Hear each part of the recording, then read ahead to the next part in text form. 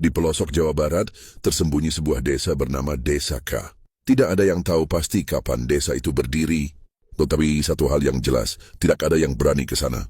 Penduduk sekitar percaya bahwa Desa K telah dikutuk.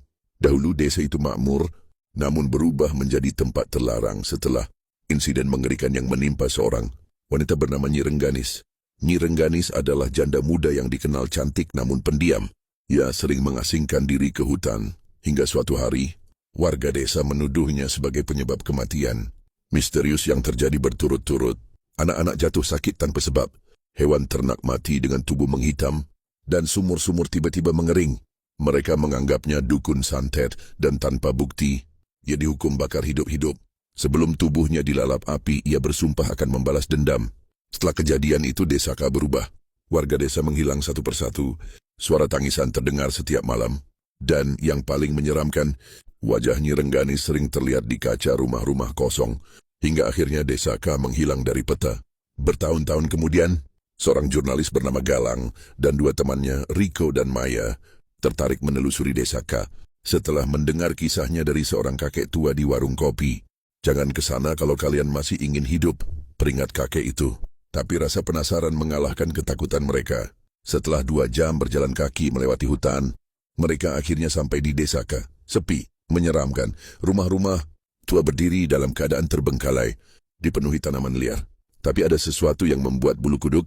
Mereka merinding bau anyir yang menyengat di udara.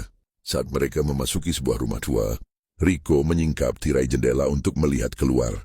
Namun tiba-tiba sosok perempuan berwajah terbakar menempel di kaca, menatapnya dengan mata kosong.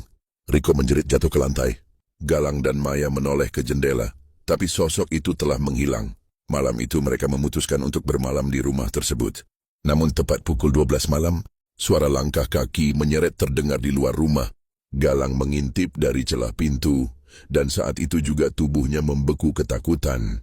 Di luar sana, seorang wanita berambut panjang dengan kulit, mengelupas berjalan terhuyung-huyung sambil berbisik, "Aku masih di sini." Tiba-tiba pintu terbuka sendiri dengan keras.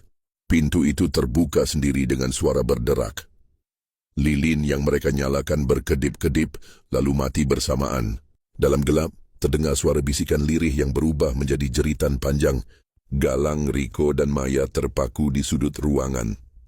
Sosok Nyi Rengganis kini berdiri di ambang pintu, matanya hitam pekat, tubuhnya penuh luka bakar, dan bibirnya menyeringai lebar. "Kalian tak seharusnya datang ke sini." Suaranya parau, seperti bara yang masih membakar tenggorokannya. Maya menjerit,